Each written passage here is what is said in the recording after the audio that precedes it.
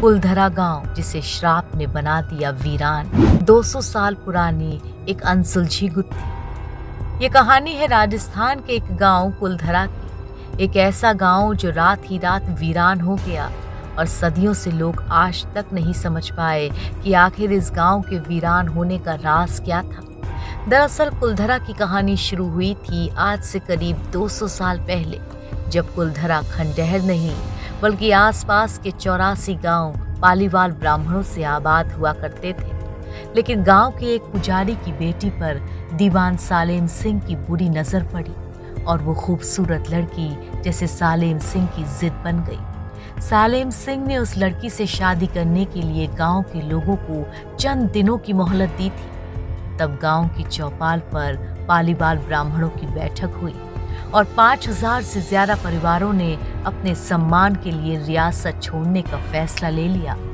अगली शाम कुलधरा कुछ यूं वीरान हुआ कि आज परिंदे भी उस गांव की सरहदों में दाखिल नहीं होते। कहते हैं कि गांव छोड़ते वक्त उन ब्राह्मणों ने इस जगह को श्राप दिया था। तब से आज तक ये वीरान गांव रूहानी ताकतों के कब्जे में है, जो अक्सर यहाँ आने वालों को अपनी मौजूदगी का एहसास कराती हैं।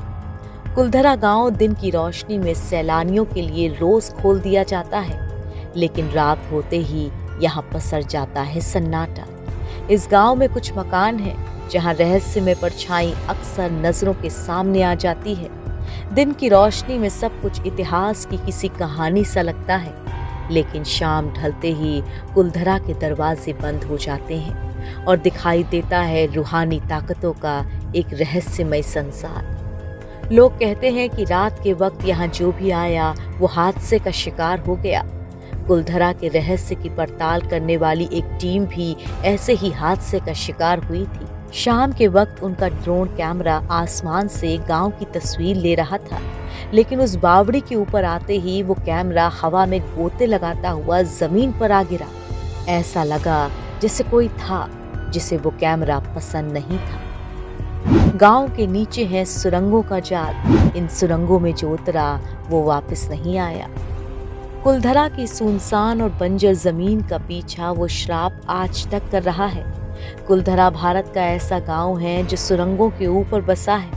कहते हैं कि इन 100 सुरंगों में धन छुपा हुआ है। ये शहर 100 सुरंगों का एक शहर है। ऐसा माना जाता है कि इन गुफानुमा सुरंगों में आज तक जो भी गया वो वापस नहीं आया। ये उत्तर में अफगानिस्तान तक जाती हैं और दक्षिण में हैदराबाद तक, लेकिन आज तक इन गुफाओं का रहस्य कोई नहीं समझ पाया। टूरिस्ट प्लेस में बदल चुके कुलधरा गांव घूमने आने वालों के मुताबिक यहाँ रहने वाले पालीवाल ब्राह्मणों की आहट आज भी सुनाई देती है। उन्हें यहाँ हर पल ऐसा अनुभव होता है जैसे कोई आसपास चल रहा है। महिलाओं की चूड़ियों और पायलों की आवाजें हमेशा ही वहाँ के माहौल को डरावना बनाती हैं।